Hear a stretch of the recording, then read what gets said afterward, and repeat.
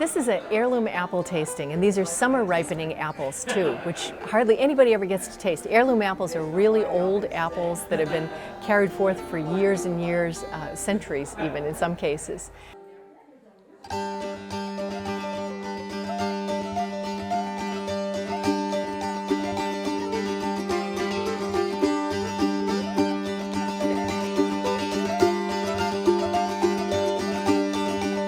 What we're trying to do is bring back some of these heirloom breeds. Years ago, probably in the 50s or so, a lot of the supermarkets started asking for apples that shipped well, that were of uniform color and size, not necessarily the most flavorful.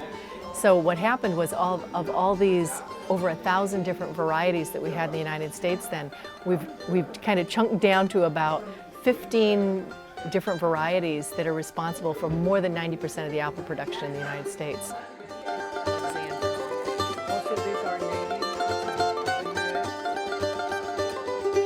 Once an apple passes from popularity, from use, it disappears. That's what's happening around here. This is an old fruit growing community. Washington is known for being, and Oregon are known for being fruit growing communities. And these trees, say they live about a century.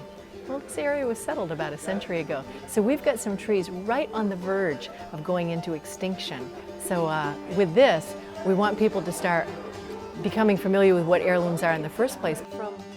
Peter Gideon discovered this apple. He was an orchardist back in the turn of the century, in the late 1800s, and he named it after his wife, whose first name was Wealthy. Oh, interesting. And Peter Gideon was a really interesting guy because he actually was the first person who was able to grow apples in Minnesota because it's just so dang cold there. An apple, what most people don't know is an apple does not grow true to seed.